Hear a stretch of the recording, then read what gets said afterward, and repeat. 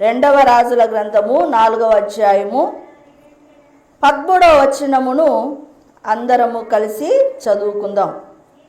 రెండవ రాజుల గ్రంథము 4వ అధ్యాయము 13వ వచనం.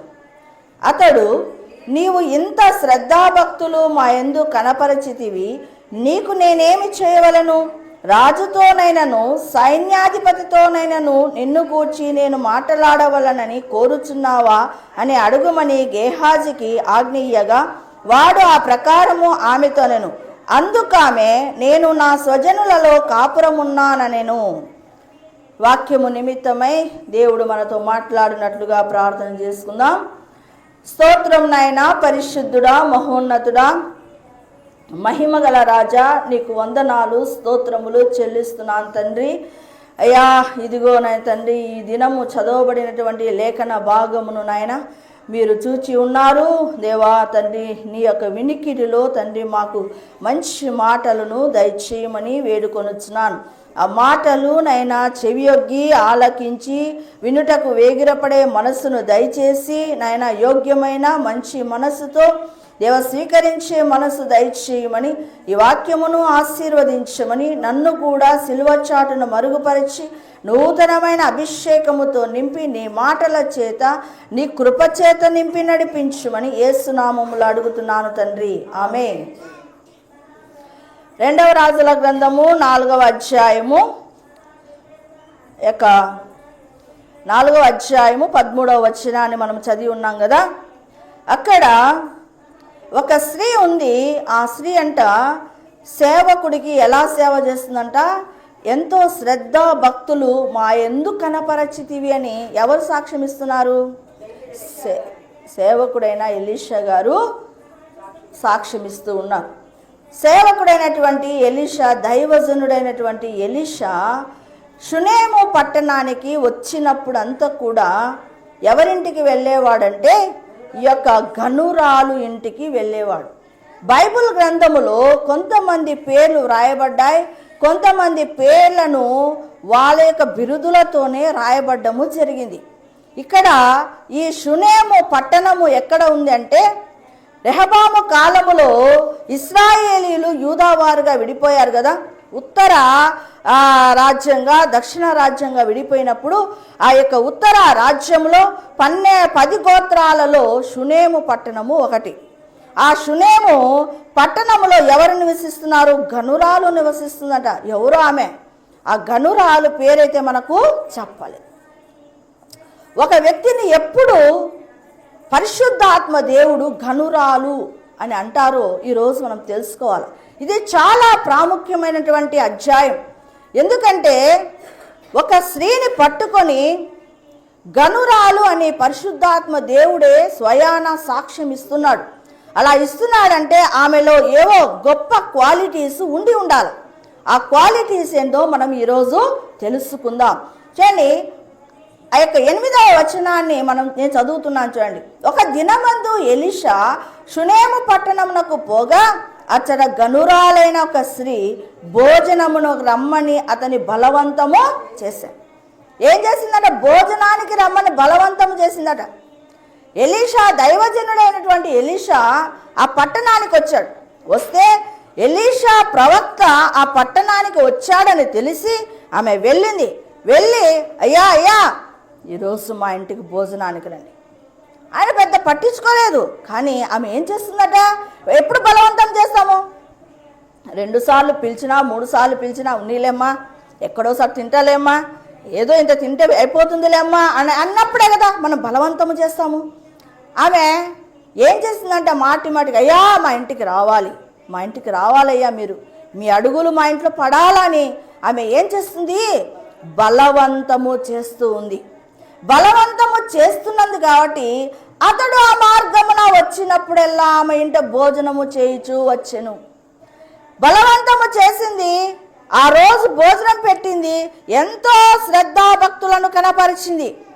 ఏం కనపరిచింది? శ్రద్ధ, భక్తి. భక్తిలో కూడా ఏముంది?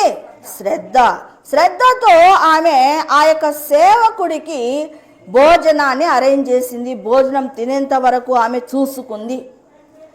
అలాగా ఎంత బాగా చూసిందో, ఆయనకి ఎలాగో హార్ట్లో తృప్తి కలిగిందో, ఆ మార్గమున వచ్చినప్పుడల్లా కూడా ఏం చేస్తున్నాడట, వాళ్ళ ఇంటికి వచ్చేవాడు. ఎప్పుడైనా సేవకులు ఇంటికి వస్తారు, పిలుచుకుంటాం. 1-2 సార్లు వచ్చినప్పుడు నీ ఆలోచన శైలి మారుతుంది, నీ ప్రవర్తన తీరు మారుతుంది. మన సేవకులు మాటి మాటికి వస్తుండే వాళ్ళులే అనే భావన కలుగుతుంది. కానీ ఈమె ఏం చేస్తూ ఉంది, ఎన్నిసార్లు వచ్చినా కూడా ప్రతిసారి ఏం చేస్తూ ఉంది, శ్రద్ధాభక్తితో మొత్తము సేవకుని చూసుకుంటా ఉంది. ఒకసారి వచ్చినప్పుడు ఆ శ్రద్ధతో చూసుకుంది, రెండోసారి, మూడోసారి, నాలుగోసారి ఆ మార్గమున వచ్చినప్పుడల్లా కూడా ఆమె కనపరిచేటటువంటి ఆతిథ్యము, ఆయనకు చూస్తున్నటువంటి ఆ యొక్క చూసే విధానము అతనికి నచ్చింది. ఎవరికి? ప్రవక్తకు నచ్చింది. కాబట్టి వచ్చినప్పుడల్లా ఆమె ఇంటిని దర్శిస్తూ వస్తూ ఉన్నాడు కదా. హెబ్రీలకు రాసిన పత్రిక 13వ అధ్యాయము 1వ వచనంలో ఏముంది, సహోదరుల యందు సహోదర ప్రేమ నిలవరముగా ఉండనీయుడి, ఆతిథ్యము చేయ మరవకుడి. అలా చేస్తారంట తెలియకనే కొందరు దేవదూతలకు ఆతిథ్యము చేసి. కాబట్టి ఈమె అలాగూ ఆతిథ్యము చేయడములో ఎంతో గొప్పగా ఉంది. అలాగే కదా, చూడండి, భక్తి ఎవరికైతే ఉంటుందో, వినండి జాగ్రత్తగా, భక్తి ఎవరికైతే ఉంటుందో ఆతిథ్యము వారి జీవితాలలో ఖచ్చితంగా ఉంటుంది. అబ్రహాము భక్తిపరుడా కాదా? అబ్రహాము భక్తిపరుడు. అందుకే ఎండవేళలో గుడారము దగ్గర కూర్చున్నటువంటి అబ్రహాముకు ఎవరు ఎదురొచ్చారు? తండ్రి అయిన దేవుడు, కుమారుడైన దేవుడు, పరిశుద్ధాత్మ దేవుడు ఎదురుగా రాగానే పరిగెత్తుకుంటూ వెళ్ళి సాగిలపడ్డాడు. అయ్యా, ఎట్టి పరిస్థితుల్లో కూడా మా ఇంటిలో నీవు ఆతిథ్యము స్వీకరించే వెళ్ళాలి అని బలవంతము చేశాడు. బలవంతము చేసి ఇట్లాంటి ఆతిథ్యం ఇచ్చాడా? 3 మానికల పిండిని పిసికాడు, రొట్టెలు చేయించాడు, లేత దూడతో కూరను వండించాడు, వెన్నులు పాలు దగ్గర పెట్టాడు, దగ్గర నిలబడి వారికి ఆతిథ్యమును ఇచ్చాడు. అంటే అబ్రహాముకు ఏముంది? భక్తి ఉంది. భక్తి ఉంది కాబట్టి ఆడ వస్తున్నటువంటి వారు సామాన్యమైన వారు కాదని ఆయన ఎంతో శ్రద్ధగా ఆతిథ్యము ఇచ్చాడు. అందుకే వాళ్ళు ఎంతగానో అబ్రహామును ఆశీర్వదించారు. మాసిదోనియా పట్టణములో ఫిలిప్పి ఉంది ఆ ప్రాంతంలో లూదియా అనే దైవభక్తి కలిగినటువంటి ఒక స్త్రీ ఉంది. ఆమెకు దైవభక్తి ఉంది, కానీ అసలు సిసలైన దైవభక్తి ఆమెకు లేదు.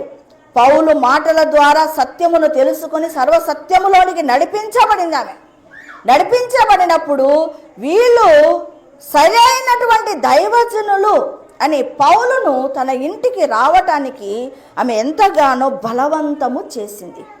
ఇక్కడ అబ్రహామును చూసిన, లూదియాను చూసిన, ఈ ఘనురాలైనటువంటి షునేమీయురాలను చూసిన వారికి ఏముందంటే మొదట భక్తి ఉంది. ఎప్పుడైతే నీ హృదయములో భక్తి ఉంటుందో నువ్వు తెలియకనే ఇతరులకు ఏం చేస్తావు? ఆతిథ్యము చేస్తావు. ఆతిథ్యము చేసే మనస్సు నీలో కలుగుతుంది. సరే, అప్పుడు తర్వాత ఏం చేసింది ఆమె? 9వ వచనం చూడండి. ఆమె తన పెనిమిటిని చూసి, మన యొద్దకు వచ్చి చూపోవచ్చున్న వాడు భక్తి గల దైవజనుడని నేను ఎరుగుదును, కావున మనము అతనికి గోడ మీద ఒక చిన్న గది కట్టించి అందులో అతని కొరకు మంచము, బల్ల, పీట, దీపస్తంభం ఉంచుదాము. అతడు మన యొద్దకు వచ్చినప్పుడల్లా అందులో బస చేయవచ్చునని చెప్పాను. వచ్చినప్పుడు ఆ మార్గమున వచ్చినప్పుడల్లా ఆతిథ్యము ఇస్తూ ఉంది. ఇప్పుడు ఆమె ఆతిథ్యం ఏమైంది? ఇంకా పెరిగింది. ఆతిథ్యం ఏమైంది? ఇంకా పెరిగింది. ఆమె ఏమనుకుంటుంది? తన భర్తతో మాట్లాడుతుంది. ఆమె భర్త ఎలాంటి వాడు తెలుసా? ముసలివాడు భర్త. ఇక్కడ చూడండి, మాట రాయబడింది 14వ వచనంలో చూడండి, చివరిలో ఆమె పెనిమిటి ముసలివాడని అతనితో చెప్పాను. ఆమె పెనిమిటి ముసలివాడైనటువంటి పెనిమిడితో ఆమె చెప్తుంది, మన దగ్గరికి వచ్చి చూపోవచ్చున్నటువంటి దైవజనుడు సామాన్యుడు కాదు, ఆయన భక్తి కలిగినటువంటి దైవజనుడు. కాబట్టి ఆయన కోసము మన ఇంటి మీద ఒక చిన్న గదిని కట్టిద్దాం, ఆయనకు కావలసినటువంటి సదుపాయాలన్నీ పెడదాం. ఆయన మన ఇంటికి వస్తే ఆశీర్వాదం, ఆయన ఇక్కడికి వచ్చినప్పుడల్లా అక్కడ సేద తీరాలి, ఆ రీతిగా చేద్దామని భర్తతో ఒప్పించింది. చూడండి, ఈమె కొంచెం యంగులో ఉంది, భర్త ముసలివాడు. మాటికి ఒక వ్యక్తి వస్తూ పోతూ ఉంటే దైవజనుడని ముసలివాడు నమ్మకపోవచ్చు. ఆమెకుంది ఆ భక్తి, ముసలివాడు నమ్మకపోవచ్చు, తన భర్త నమ్మకపోవచ్చు. ఏమీ నీ కథ ఎక్కువైంది అనలా అంటారా లేదా? ఏంది అతను మాటి మాటికి మన ఇంటికి రావడం ఏంది, నువ్వేం అలా చేసి పెట్టడం ఏంది అనరా? పురుషులు అంటారా అనరా? ఖచ్చితంగా అంటారు.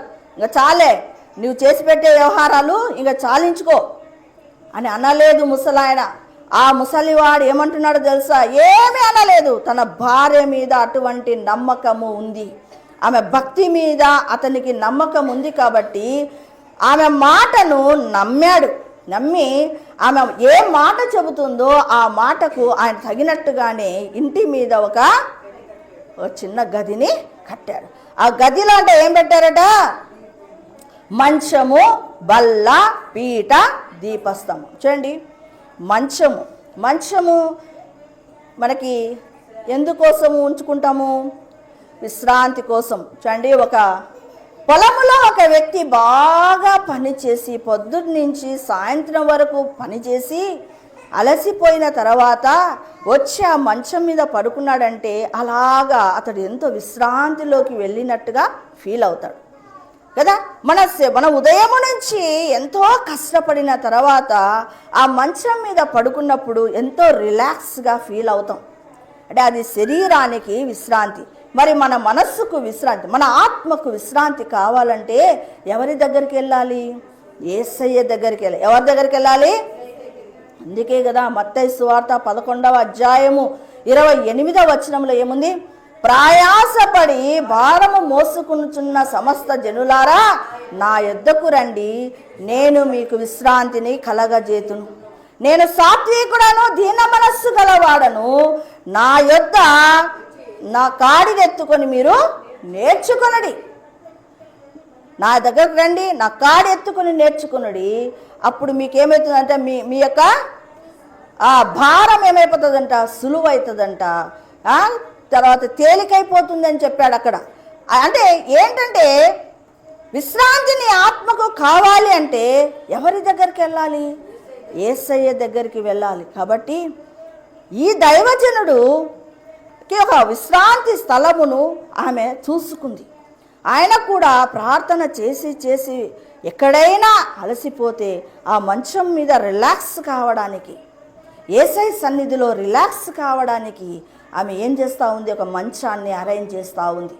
అలాగే బల్ల భోజనపు బల్ల చుట్టూ ఒలీవ మొక్కల వలె కూడుకుంటారు. బల్ల ఆహారం, ఏ ఆహారం తీసుకోవాలా? శరీరానికి ఎంతో కష్టపడిన తర్వాత ఆహారము తీసుకుంటే నీకు బలం ఉంటుంది. ఆహారము తీసుకోకుండా ఒక 20 రోజులు నువ్వు ఉపవాసం చేసావనుకో, నీ మొహం ఎలా ఉంటుంది? అందంగా ఉంటుందా? తేజస్సు, ఒకవేళ ఉపవాస ప్రార్థన చేస్తే తేజస్సు వస్తుంది, కానీ ఊరికైనా ఉపవాసం ఉన్నావు అనుకో నువ్వు చాలా బలహీనమైపోతావు. అవునా? అంటే మన యొక్క శరీరానికి బలము కావాలంటే మనం ఏం చేస్తాము? ఆహారాన్ని తీసుకుంటాం. అలాగే నీ ఆత్మకు ఆహారము కావాలంటే ఏం తీసుకోవాలా? వాక్యం అనే ఆహారాన్ని సమృద్ధిగా తీసుకున్నప్పుడు నీకేం కలుగుతుంది? బలము కలుగుతుంది. నెక్స్ట్ పీట అన్నాడు. పీట అధికారానికి సూచన. పోయినసారి చెప్పాను, శాస్త్రుల గురించి చెప్పేటప్పుడు వారు మందిరాలలో అగ్రపీఠములను కోరుకుంటారు అని కదా. పీట అంటే అధికారానికి సూచన. పీట ఆయన ఇప్పుడు ఒక జడ్జి ఉన్నాడు, అందరూ కింద మొత్తము లాయర్లు జనాలు అందరూ కూర్చున్నారు, కానీ కోర్టు జరుగుతుందా? జరగదు. జడ్జి వచ్చిన వెంటనే అది ప్రారంభమవుతుంది. ఆయన చెప్పేటటువంటి మాటలు అధికారికమైనటువంటి మాటలను బట్టి అక్కడ జరుగుతుంది. ఒక టీచర్ ఉంది, పాఠాలు విద్యార్థులు వచ్చి క్లాస్ రూమ్లో కూర్చొని గలిబిలి చేసినా టీచర్ వచ్చి పాఠము చెప్పేంత వరకు అక్కడ ఏమీ జరగదు. అలాగా ఒక ఉపదేశము చెయ్యటానికి వీలుగా ఒక పీటను ఆమె అరేంజ్ చేసింది. అలాగే ఇంకోటి దీపస్తంభము. దీపస్తంభం ఏమిస్తుంది? వెలుగును ఇస్తుంది. రూమ్ అంతా చీకటిగా ఉన్నప్పుడు మనం ఏం చేస్తాము? దీపాన్ని వెలిగిస్తాం. వెలిగించినప్పుడు దీపాన్ని వెలిగించిన ఏమైపోతుందంటే రూమ్ అంతా వెలుగుతో నింపబడుతుంది. మరి నీ ఆత్మకు ఏం కావాలా? దీపము కావాలి. అది ఏంటి? వాక్యమనే దీపము. అదేంటంట? కీర్తనలు 119, 105 వచనంలో ఏముందంటే, నీ వాక్యము నా పాదములకు దీపము, నా త్రోవకు వెలుగై ఉన్నది అని. అంటే ఆమె చూడండి, ఆ సేవకుడి కోసము సమస్తమును అరేంజ్ చేస్తూ ఉంది. ఏంటి? మంచమును అరేంజ్ చేస్తూ ఉంది, బల్లను అరేంజ్ చేస్తూ ఉంది, పీటను అరేంజ్ చేస్తూ ఉంది, దీపస్తంభమును అరేంజ్ చేస్తుంది. అవన్నీ కూడా ఆయన శారీరకముగా విశ్రాంతి పొందాలి, తర్వాత స్పిరిచువల్గా కూడా ఆయనకు అన్ని అనుకూలం ఉండేటట్టుగా ఆ వస్తువులను 4టిని పెట్టి ఉంది. ఎంత జ్ఞానవంతురాలో చూడండి. అలాగో ఆమె అరేంజ్ చేసి చూడండి. నెక్స్ట్ 11వ వచనంలో, ఆ తర్వాత అతడు అక్కడికి ఒకానొక దినమున వచ్చి ఆ గదిలోకి వచ్చి అక్కడ పరుండెను. అసలు ఇప్పుడు ఏం లేదు, స్వతంత్రముగా వస్తున్నాడు. ఇంటిలోకి ఎలా వస్తున్నాడు? స్వతంత్రముగా. ఇది నా రూము అంత ఫీలింగు అక్కడ కలిగింది. వచ్చాడంట, ఆ గదిలో పడుకున్నాడట. అంటే అక్కడ సేద తీర్చబడతా ఉన్నాడు. అంత స్వేచ్ఛ ఆమె ఆ ఇంటిలో ఆ సేవకుడికి కలిగించింది. తర్వాత ఇక్కడ చూడండి, ఆ తర్వాత ఇదంతా చూస్తూ ఉన్నాడు. ఒకరోజు ఎలీషా ప్రవక్త ఏమన్నా ఈమె ఇంత శ్రద్ధాభక్తులతో కనపరుస్తుంది, సేవ చేస్తుంది కదా, ఈమెకి ఏమి కావాలో అడుగు, ఏమైనా రాజుతోనైనాను సేనాధిపతితోనైనాను ఏమైనా రికమెండ్ చెయ్యాలా, అవసరం ఏమైనా, నా అవసరం ఏమైనా ఉందా అని అడుగుపో అంటే గెహాజీ ఆమెను పిలిచాడు. ఏమా నీకేమైనా కావాలా? దైవజనుడి పట్ల ఇంత శ్రద్ధ, ఇంత భక్తి కనపరుస్తున్నావు అంటే ఆమె ఏమంటా తెలుసా? అయ్యా, నేను నా స్వజనులతో ఉన్నానంటే నాకు ఏ విధమైన రికమెండేషను అవసరం లేదు, ఏ రాజుతో నాకేమి అక్కరలేదు. నేను నా స్వజనులతో ఉన్నానంటే నాకు బలము ఎక్కువగా ఉంది, నా బలగము ఎక్కువగా ఉంది, నాకు ఏ విధమైనటువంటి సపోర్ట్ అవసరం లేదు అని ఆమె చెప్తా ఉంది. అయితే ఎలీషా గెహాజీ, అతని శిష్యుడు గెహాజీ వస్తూ ఉంటారు. ఎప్పుడు వస్తున్నారు? సేద తీర్చుకుంటున్నారు, వెళ్ళిపోతున్నారు. ఆ టైములో ఆ యొక్క గెహాజీ పరిశీలన చేశాడు. ఏం చేశాడు? ఆమెకు పిల్లలు లేరనే సంగతి అతడు పరిశీలన చేశాడు. ఎలీషా శిష్యుడు గెహాజీ పరిశీలన చేశాడు. పరిశీలన చేసి, అయ్యా ఈమెకు పిల్లలు లేరు అని చెప్తే, అట్లనా, అయితే సరే ఆమెను పిలుచు అంటే ఆమె వెంటనే ఆమె వాకిటి దగ్గర వచ్చి నిలబడిందట. వాకిటి దగ్గరకు వచ్చింది కానీ లోపలికి రావడానికి ధైర్యం చేయలేదు. అసలు ఆ ఇల్లు ఎవరిదండి? ఆమెదే కదా. ఎంత స్వాతంత్రం ఉంటుంది కదా. ఇన్నిసార్లు వచ్చినప్పుడు క్లోజ్నెస్ పెరిగింటుంది కదా. అయ్యా రండి అన్నీ కానీ ఏం చేస్తుంది ఆమె? ద్వారము దగ్గర నిలబడి, కనీసము దైవజనుడు ఉన్నాడని లోపలికి కూడా ఎంటర్ కాలేదు. ఆ భయభక్తులు ఉండాల. కొంచెము సేవకుడు ఏదో లూజ్ వదిలితే ఇంక ఏమేమేమేమేమో మాట్లాడకూడదు. సేవకుడే, విశ్వాసే. ఆ యొక్క దూరము, ఆ మెయింటెనెన్స్ అనేది ఖచ్చితంగా సేవకుడికి, విశ్వాసులకు ఉండాలి. ఎక్కడ నిలబడినాట? ద్వారము దగ్గర నిలబడింది. వెంటనే ఎలీషా ప్రవక్త ఏమంటాడు తెలుసా? అమ్మా, మరుసటి సంవత్సరము ఇదే సమయానికి నీ కౌగిట కుమారుడు ఉంటాడంటే, అయ్యా అబద్ధమాడొద్దయ్యా అంటుంది. ఎందుకంటే తన భర్త ఎవరు? ముసలివాడు.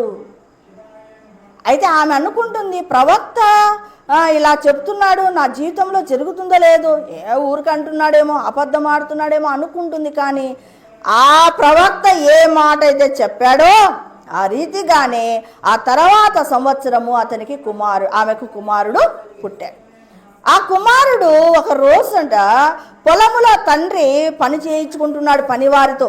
అంటే చూడండి, ముసలాయన పనివారు అధికంగా ఉన్నాడు, వాళ్ళ పొలములో పని చేసినారంటే ఆమె ఎంతో ధనవంతురాలు.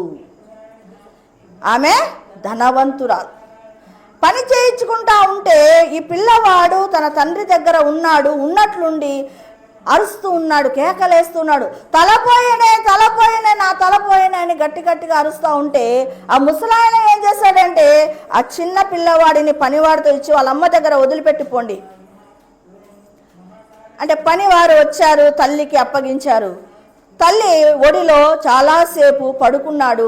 మధ్యాహ్నానికి ఏమైపోయాడంటే ఆ పిల్లవాడు తలనొప్పి అని చనిపోయాడు. చనిపోతే అస్సలు ఇటువంటి గొల్లును ఏడుస్తుందా లేదా తల్లి? అది కాకుండా లేక పుట్టిన కుమారుణ్ణి చనిపోయినాడనే విషయం తెలిస్తే ఇక రచ్చ అవుతుందా లేదా? ఆ ప్రాంతం అంతా అస్సలు ఎంతో విపరీతమైన పరిస్థితులు అక్కడ చోటు చేసుకుంటాయి. ఎంత జ్ఞానవంతురాలో చూడండి. ఆమె ఒక్క మాట మాట్లాడలేదు. వెంటనే ఆ యొక్క పిల్లవాడిని మేడగదిలో ఉన్నటువంటి ఎలీషా మంచము మీద పండబెట్టింది. ఏమి తన ఇంట్లో పండబెట్టుకోవచ్చు కదా, పండబెట్టలేదు. ఆమె ఎలీషా ప్రవక్త యొక్క మంచం మీద పండబెట్టి మెల్లగా గడవేసి ఇక పనివాడితో తన భర్తతో చెప్తుంది, ఇదిగో నాకు అర్జెంటుగా ఒక పనివాడు కావాలా, ఒక గాడిద కావాలా అని. అంటే ఇప్పుడెందుకు? ఈరోజు ఏమన్నా అమావాస్యనా దైవజనుడి దగ్గర పోవడానికి? విశ్రాంతి దినమా? కాదు కదా. అంటే లేదు, నేను పోవుట మంచిది అనేది. సరే, భర్త భార్య మాటను ఎలాగో వింటున్నాడో చూడండి. ఎక్కడ కూడా భర్తకు అనుమానం అనేది రాని స్థితిలో భక్తి కట్టిందండి ఆమె.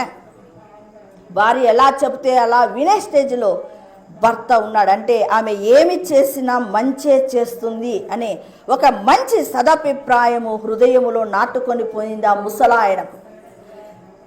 చూడండి, ఇంకా గాడిదను గంత కట్టించుకుంది, గాడిద మీద కూర్చుంది, పనివాడికి చెబుతుంది, నువ్వు స్పీడ్గా తోలాలా, ఎక్కడ నేను ఆపు అనేంత వరకు నువ్వు ఆపడానికి వీలు లేదు, ఇక నీవు స్పీడ్గా తోలమని. అతడు చాలా స్పీడ్గా తోలి వెళ్తా ఉన్నాడు. కర్మేలు పర్వతానికి ఆమె వెళ్ళింది. దూరం నుంచి ఎవరు చూశారో తెలుసా? ఎలీషా ప్రవక్త చూశాడు. చూసి, ఏంటి సునేమిరాలు వస్తుంది, వెళ్ళు ఆమె యోగక్షేమాలు కనుక్కుంటే గేహాజీ పరిగెత్తుకుంటా వెళ్ళాడు. వెళ్ళి, ఏమ్మా నీ భర్త, నీవు, నీ కుమారుడు క్షేమముగా ఉన్నారంటే ఆమె అంటున్న మాట వినండి. ఇక్కడ చూడండి 26 చివరిలో, అందుకు ఆమె సుఖముగా ఉన్నామని చెప్పాను. సుఖముగా ఉన్నారట ముగ్గురు. కుమారుడు సుఖముగా ఉన్నాడా? చనిపోయాడు. కానీ ఆమె ఎంత విశ్వాసముతో బాగున్నాం, మేమంతా బాగున్నాం. దైవజనుడు ఏడి? దైవజనుడి దగ్గరికి వెళ్ళి దైవజనుని పాదాలు పట్టుకుంది. ఏమ్మా అని అంటే ఉన్న విషయం అంతా చెప్తుంది. ఫస్ట్ ఏం చెప్తుంది? ఆమె సుఖముగా ఉన్నామని చెప్తుంది. అంటే ఆమెకి విశ్వాసం. దైవజనుడు ప్రార్థన చేస్తే నాకు కుమారుడు పుట్టాడు, ఇప్పుడు దైవజనుడు ప్రార్థన చేస్తే నా కుమారుడు బ్రతుకుతాడు అని నమ్మింది. కాబట్టి మేము ముగ్గురము సుఖముగానే ఉన్నామంటుంది అని వెంటనే తన విషయం అంతా చెప్తుంది. అయ్యా, నేనేమన్నా నిన్ను అడిగితినా? నాకు పిల్లలు లేరని నేనేమన్నా నిన్ను అడిగితినా? అడగలేదు కదా. నువ్వు అడిగినా కూడా నేను చెప్పలేదు. నీవే నన్ను పిలిపించితివి. నీకు రేపటి దినానికి కుమారుడు కలుగుతాడని చెప్పావు కదా. మరి ఇప్పుడేంటి? నా కుమారుడు చనిపోయాడు, నువ్వు రావాలి అని అంటే, అమ్మా నా దండము తీసుకుని వెళ్ళు, గెహాజీ వస్తాడంట. లేదు, ఒప్పుకోలేదు ఆమె. నీవే రావాలా అంటే వెంటనే సరే పద, ముందు గెహాజీ నువ్వు బయలుదేరు, అయితే ఎక్కడైనా సరే నా దండమును తీసుకుని వెళ్ళు, ఎదురుగా ఎవరైనా వచ్చి నమస్కారం చేస్తే నువ్వు నమస్కారం చెయ్యొద్దు, వారు నమస్కారం చేసిన నువ్వు చేయొద్దు, నువ్వు ప్రతి నమస్కారము చెయ్యొద్దు, ఆ దండమును తీసుకొని పోయి ఆ పిల్లవాడి మీద పెట్టమని చెప్పాను. నేను వస్తాను పద అన్నాడు. గెహాజీ ముందు వెళ్ళాడు. గెహాజీ శిష్యుడు వెళ్ళాడు. ఆ దండము తీసుకొని పోయి ఆ కుమారుడి మీద పెట్టాడు. ఏమి కదలిక లేదు. అంటే ఇక్కడ అర్థం చేసుకోవాల్సింది ఏంటంటే అందరి భక్తి ఒకటి కాదు, అందరి భక్తి ఒకటి కాదు. గెహాజీ ఎలీషా ప్రవక్త దగ్గర ఎన్ని అద్భుతాలు చూడలేదు, ఎన్ని రకాలైనటువంటి అద్భుతాలను చూడలేదు. అయినా ఎవరి భక్తి వాళ్ళదే. గెహాజీ పోయి అక్కడ పెట్టాడు దండమును, ఆ పిల్లవాడి మీద పెట్టాడు, కానీ ఉలుకు లేదు, పలుకు లేదు. అయితే ఇప్పుడు దైవజనుడు మిద్దె మీదకి వెళ్ళాడు, ఆ యొక్క తాను ఉన్నటువంటి ఆ మంచము దగ్గరికి వెళ్ళాడు, గడ వేసేసాడు. మొదట గడ వేసి మంచం దగ్గరికి వెళ్ళి ఏం చేశాడంటే దేవుడికి ప్రార్థన చేశాడు. ప్రార్థన చేసి ఆ పిల్లవాడి మీద బోర్ల పడుకున్నాడు. నోటిలో నోరు పెట్టాడు, కళ్ళలో కళ్ళు పెట్టాడు, చేతుల్లో చేతులు పెట్టాడు. పెట్టి ఆయన మళ్ళా వెట్ట కలిగేటట్టు ఆ పిల్లవాడికి చేశాడు. మళ్ళా లేచాడు, మరలా అటు ఇటు తిరుగుతూ మరలా ప్రార్థన చేశాడు. మరలా సేమ్ రిపీట్ చేశాడు. మరలా సేమ్ ఆ పిల్లవాడి మీద బోర్ల పడుకున్నాడు. అప్పుడు ఆ పిల్లవాడు 7 మార్లు తుమ్మి లేచి కూర్చున్నాడు. ఆ పిల్లవాడిని ఆమె చేతికి అప్పగించాడు. అప్పగించి చూడండి ఆమె ఎలాగూ నమ్మింది.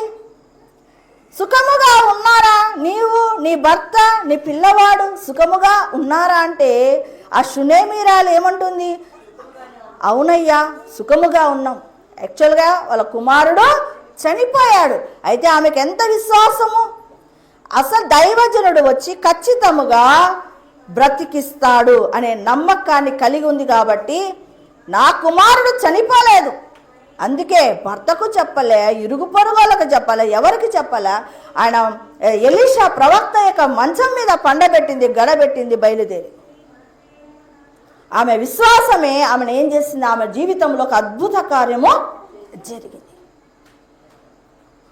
చూడండి, ఆ తర్వాత ఆ పిల్లవాడిని ఆ తల్లికి అప్పగించాడు ఎలీషా ప్రవక్త. అప్పగించిన వెంటనే ఇక్కడ 37వ వచనంలో చూడండి, అంతటా ఆమె లోపలికి వచ్చి అతని పాదముల మీద సాష్టాంగపడి లేచి తన కుమారుని ఎత్తుకుని పోయి కృతజ్ఞత కలిగి, పిల్లవాడిని అప్పగిస్తే అదే పత్త పోవటం లేదు, ఆమె ఏం చేస్తూ ఉంది? కాళ్ళ దగ్గరకు వచ్చి సాష్టాంగ నమస్కారం చేసి, అయ్యా నీ వలన నా కుమారుడు ఈ దినము మరలా బ్రతికాడు అని ఏంది కృతజ్ఞతాభావమును కలిగి మరలా ఆమె కుమారుని ఎత్తుకొని పోతూ ఉంది. ఇక్కడ మనం అనేకమైన విషయాలు, ఆమెలో ఉన్నటువంటి ఆతిథ్యాన్ని మనము నేర్చుకోవాలి, ఆమెలో ఉన్నటువంటి శ్రద్ధాభక్తులను మనము నేర్చుకోవాలి, ఆమెలో ఉన్నటువంటి విశ్వాసమును నేర్చుకోవాలి. సునేమియురాలు జముగానే ఆమె గనురాలు అని పిలువబడ్డానికి మొదటి కారణము చెబుతున్నాను వినండి. 2వ సమూయేలు 2వ అధ్యాయము 30వ వచనంలో ఒక మాట ఉంది,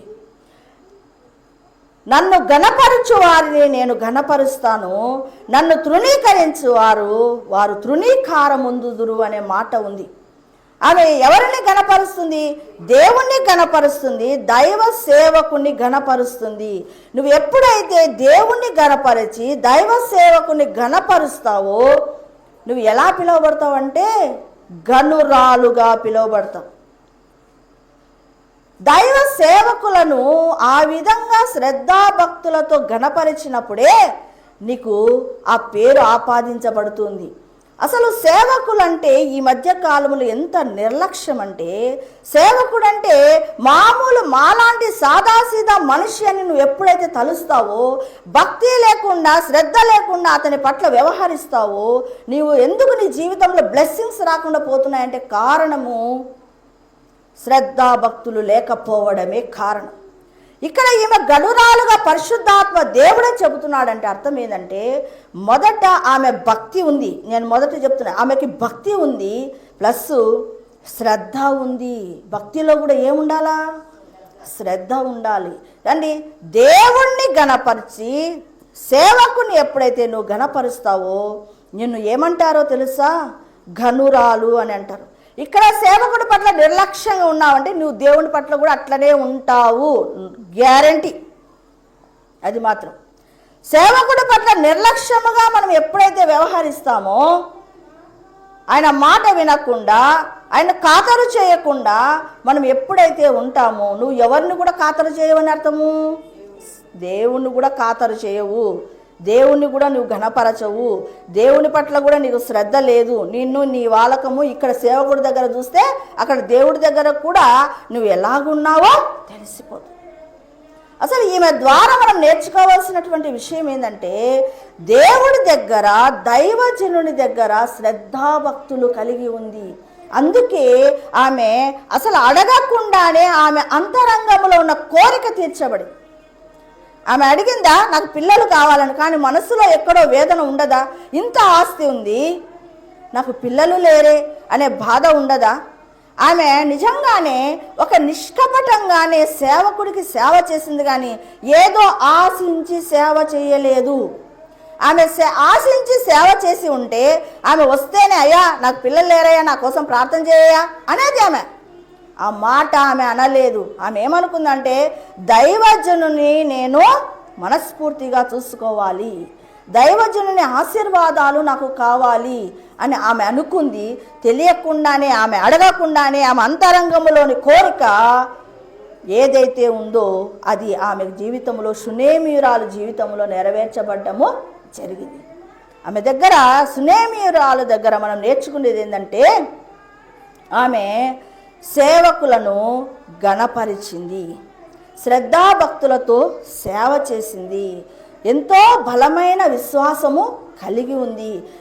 నిష్కపటంగా ఏ విధమైనటువంటి లోపల స్వార్థముతో ఆమె ఎటువంటి సేవ చేయలేదు. నిష్కలంకంగానే ఆమె సేవ చేసింది. అందుకే ఆమె హృదయములో, అంతరంగములో ఉన్నటువంటి కోరిక తీర్చబడింది. అంతేకాదు ఆమె జీవితములో అద్భుతము జరిగింది. కాబట్టి మనము ఎప్పుడు చూసినా సేవకుడి దగ్గరికి, సేవకురాలు దగ్గరికి ఏ రీతిలో వస్తున్నాము, దేనిని బట్టి వస్తున్నావు? ముందు నువ్వు శ్రద్ధాభక్తులు కలిగి ఉన్నప్పుడు నీకు తెలియకుండాలో నీ అంతరంగంలో ఉన్న కోరికలు నెరవేర్చబడతాయి.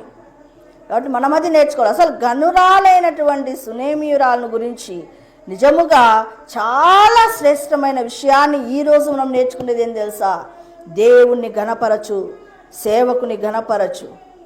దేవుణ్ణి ఎంత శ్రద్ధతో నువ్వు పూజిస్తావో, అసలు దేవుని అంబాసిడర్ సేవకుడు అంటే నీకు కండ్లకు, అందుకే కదా నన్ను చూసినవాడు దేవుని చూసినట్లని యేసు ప్రభు ఎందుకన్నాడు? నన్ను చూసినవాడు నా తండ్రిని చూసినట్లే అని ఎందుకన్నాడు? ఇక్కడ యేసు ప్రభు సేవకుడుగా భూమి మీద, బోధకుడుగా, రబ్బునిగా భూమి మీద ఉన్నాడు. నన్ను చూసినవాడు నా తండ్రిని చూసినట్లంటే ఇక్కడ నువ్వు సేవకుని చూస్తే నువ్వు తెలియకుండా ఎవరిని చూస్తున్నావని, ఎవరిని ఫాలో అవుతున్నావని? దేవుణ్ణి ఫాలో అవుతున్నావని. కాబట్టి ఈమె ద్వారా మనము చక్కటి ఆ ఉపదేశాన్ని మనము నేర్చుకుందాం. సేవకుడిని, తర్వాత దేవుణ్ణి గణపరుస్తాం, శ్రద్ధాభక్తులతో మనము భక్తిని కడదాం. అలా కట్టినప్పుడు నీ జీవితంలో తెలియకుండానే విపరీతమైన ఆశీర్వాదాలు నీ వెంట వస్తాయి. నువ్వు కోరాల్సిన పనిలా, నాకు బిల్డింగ్ కావాలా, కారు కావాలా, పిల్లలు కావాలా, ఉద్యోగం కావాలా, ఏంటేంటో కోరాల్సిన పనిలే. మొదట ఆయన నీతిని, రాజ్యమును వెతుకు, అప్పుడు అవన్నీ నీకు అనుగ్రహించబడతాయి. కాబట్టి షునేమీయురాల ద్వారా ఎంతో శ్రేష్టమైన మాటను మనం విని ఉన్నాం కదా, దాన్ని మన జీవితంలో ఇంప్లిమెంట్ చేసుకుందామా? ఆ మాటలు దేవుడు దీవించినట్లుగా ప్రార్థన చేద్దాం. స్తోత్రం నాయన, పరిశుద్ధుడా, నీకు వందనాలు. ఈ దినము నాయన అయ్యా తండ్రి, షునేమీయురాలు ఘనురాలుగా పిలువబడింది అయ్యా. అలా పిలువబడ్డానికి కారణము ఆమె నాయన తండ్రి సేవకుడి పట్ల, దేవుడి పట్ల శ్రద్ధాభక్తి కలిగి ఉందని, అందుకే ఆమె జీవితంలో అన్ని అక్కరలు తెలియకుండానే తీర్చబడ్డాయి అని ప్రభువును తెలియజేశావు. ఈ మాటలు హృదయములో ముద్రించండి, ఫలింప చేయండి నాయన. ఈ కృపా కనికరములు మా అందరి మీద ఉంచండి. వింటున్న ప్రతి ఒక్కరిలో కూడా కార్యమును జరిగించమని యేసు నామములు అడిగి వేడుకొనుచున్నాను తండ్రి, ఆమేన్.